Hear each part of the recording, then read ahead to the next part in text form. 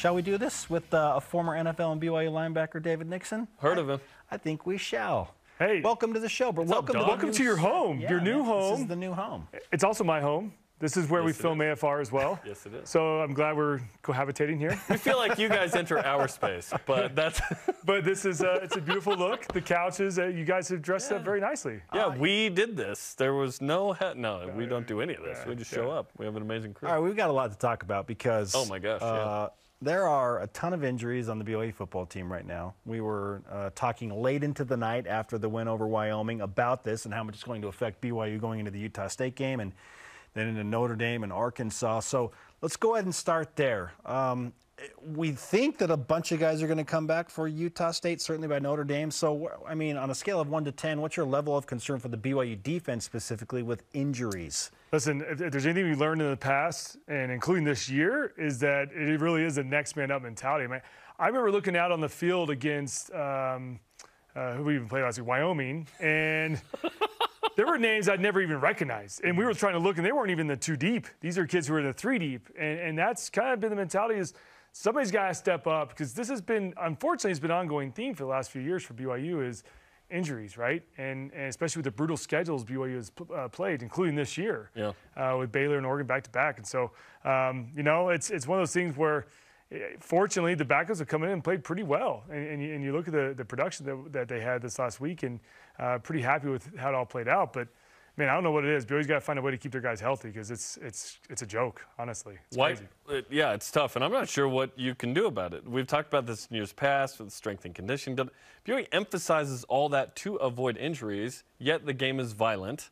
So you just have to be deep. And at receiver, BYU's been super deep. Like Keanu Hill sitting there waiting going, hey, your boy is going to have a game like this, and gosh, he did. And then Miles Davis at RB3. Miles Davis, Cody Epps. I mean, Cody Epps has come on these last few games. And of course, we're not even talking about Chase Roberts, who nobody really knew about, you know, and then Cosper with his first touchdown. I mean, yeah, it's a lot of credit goes to this offensive staff, specifically Fesi Sitake, for getting his guys ready. I mean, to have that constant evolving door in that room and not knowing who's going to play and who's going to go out with injury, right? Well, Chase Roberts goes out in the first half, and all of a sudden the backup's got to step up, and you got to have guys that know what routes to run and whether you shift a guy over from X to Z or vice versa. I mean, there's a lot of moving parts, and the fact that there's not really any breakdowns. We saw the one breakdown with Miles Davis and Jaron Hall where they kind of hid in the backfield. But other than that, you don't see a lot of busted plays from this BYU team. You don't see a lot of guys running wrong routes. I mean, that's really impressive given all the injuries and different experience and young guys who have to step up. And so very impressed with Roderick, Fesi, and the rest of the staff for having all these guys ready because, I mean, it'd be easy to see these young guys coming in and running a post when they're supposed to run a corner and just being a mess. But instead, Jaron's on target, on point with those guys, and it's almost like, you know, he didn't skip a beat. And defensively, the hope is that BYU can continue to play well because when you play Notre Dame and Arkansas, it's different than when you play Wyoming and Utah State, certainly on both sides of the ball, all 3 areas. No Max Tooley was an issue. We saw more talent all free at safety. If we learned anything from the UAB game, was it that, hey, that's not the same BYU team per se. So the hope is this week they can get healthy, get things going because Notre Dame is sitting there next week, David, and then Arkansas at home. Those are 2 massive games. Yeah, I think the guys that are on the fence, you want to get them, you want to have them play. Guys that are still, you know, that have issues that could pop back up again. For example, a hamstring.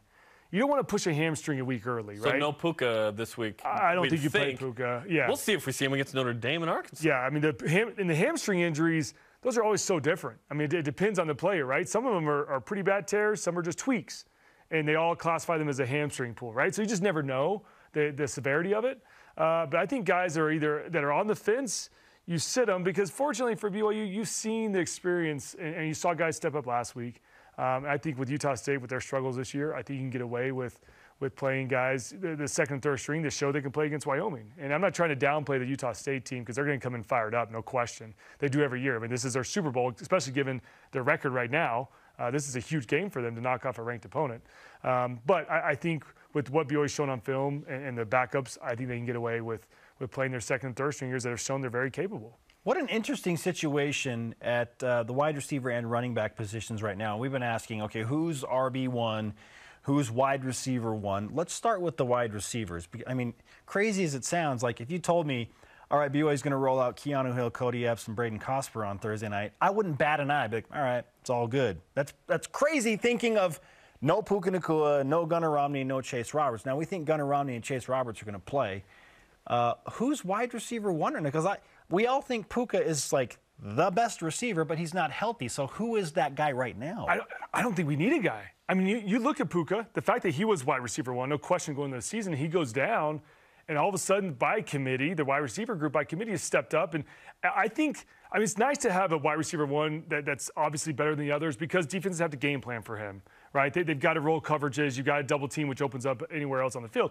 But right now you've got so many guys that can contribute, and Jaron Hall is playing such phenomenal football that it doesn't matter who wide receiver one is because his distribution and his vision and the way he's able to get the ball out on time to these receivers and the fact that they're doing what they're supposed to be doing, I don't think it really matters. I think, you look at the numbers across the board, and every game, you go back to even this last game, very evenly distributed the ball is. And I think, once again, that's nice for Aaron Roderick because you can dial up any play and know that all your guys, you can depend on your guys to come up with big plays, right? And that keeps the defense off balance, too, because it's like, man, they just hit us over here with Keanu Hill with the deep bomb. Now they've got a back shoulder throw to Cody Epps on the sideline. And then we're going to hit Isaac Rex on an out route as well. And so it's like, what gives? Even if we do double team, we're getting torched over here. And so I think it's great that BYU, right now has so many weapons. They don't have to dedicate wide receiver one to one guy and say, he's our only go-to guy when we need a big play. All those guys are stepping up. And that's big time because I don't think BYU can get to 3-1 without it. And they are. And they're in the top 20, which is awesome. Okay, so Adam Gibby tweeted this. List of BYU QBs to get injured in the last decade versus Utah State. Don't bring this up right 12, now. 14, 16, obviously, Taysom. 17, Bo Hodge and Coy Detmer Jr. 2019, Jaron Hall. 21, Baylor Romney. Do you even play Hall on Thursday, he says. Of course you play Jaron Hall. But the history against Utah State in this situation is super weird, is it not? It is weird. I don't get it. Is your superstition so high that you actually consider doing something like this? No, but honestly, you might tweak your game plan a little bit to say, get the ball out faster. Let's have some quick slants and outs instead of trying to hold on to the ball too long. And Jaron, you are not running the ball. Jaron's on that list, right? Jaron's on that list from 2019. Yeah. Got a concussion. I think second one of that year. Yeah, you're just cognizant and aware of what's going on. And once again, you are aware of this being a big game for Utah State. They're going to come out playing hard and fire it off. And so you're aware of that element. And so that comes into play. But ultimately, I think you play your game and maybe adjust it slightly. But you've got to go out there and take care of business. Okay, so maybe no RPO, like 0 RPO for Jaron Hall against Utah State. That's my take every game of the year right now. I do not want him running the ball. Now Aaron is going to run that on the first play, because Aaron's like, last Saturday, what do we need to do? We need to establish the run. Okay, let's throw. Yeah. Right out of the game. You know what I mean? Throw to set up the run. He's like, I'm going to win this game. I don't care what you think we need to do. We're going to win the game. This is what I anticipate they'll do, and this is what I anticipate they'll do later, and it worked. BYU ran Wyoming into the ground later in the game. Sure, yeah. I'm okay. It wasn't out of the gates, though. I'm okay with passing to set up the run at BYU. This is BYU. Yeah, absolutely. We're okay with the pass. Okay, so if Jaron is clearly not going to be a primary runner, who is he handing off to as running back one? Getting back to that conversation, like who is RB1? Yeah, I think the RB1, so I think the running back conversation is different than wide receiver in the sense that I think the running back situation is truly a game-by-game situation, right? Depending on who you're facing, we knew that Wyoming was going to be overly aggressive, right? And they were going to be tracking that backside, and Lopini and Brooks, the holes are really that much tougher because Wyoming was tough. They gave up 171 yards to Air Force the week prior, who averages usually 300 yards a game. So we knew the run game was going to be tough. But what's nice about the run game right now is you have the speed of Lopini and Brooks, and that speed is a little bit slower, right? It's a little bit slower developing. But then you hit them with the Miles Davis, which is a much faster speed, and you throw the defense off guard, right? And that's what happened against BYU with Oregon. The speed, we saw the speed was too much for BYU's defense, frankly. Wrong angles, guys just half a step too slow to their gaps, missing tackles. That's why there are a lot of missed tackles. Guys lunging instead of bringing their legs, et cetera. And I think the same thing BYU did now to Wyoming, where you start with Brooks and Lopini, and they're used to a certain pace, right? You're used to tracking that running back and taking your time and going gap by gap, making sure all the holes are filled. And all of a sudden, Miles Davis comes in, and that's happening that much faster. and your reaction time is that much shorter. It takes some time to adjust to that. And I think that's why Miles had so much success. I mean, beyond the fact that he had some great vision a la Tyler Algier to cut stuff back on those zone plays. But I was impressed. I was impressed with his vision, his burst to get through those holes. But I think going forward, I don't think you just go all in on him. I mean, it's going to be a game-by-game situation. I mean, for example, Arkansas, you're going to need some bigger backs to when they make contact to get an extra 1 or 2 yards.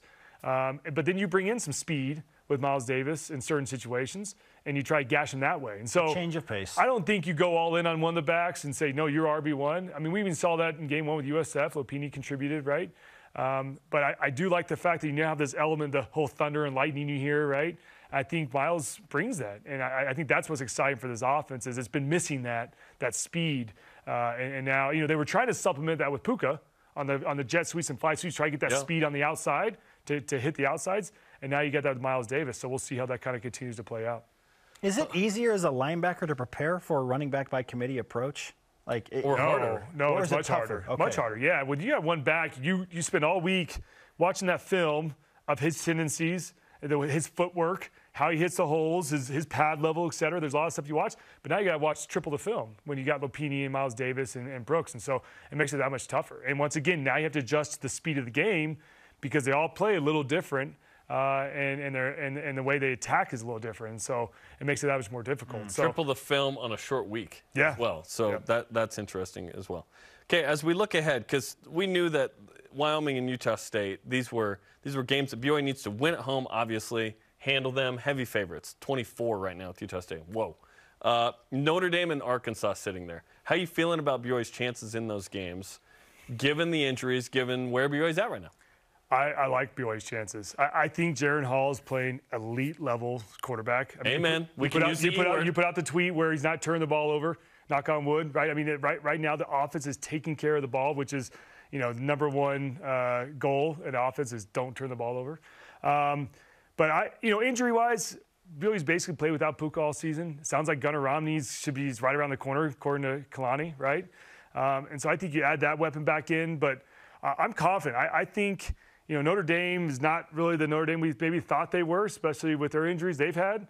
Arkansas against Missouri State looked pretty susceptible, right? How good are your A&M Aggies? My A&M Aggies are not that good.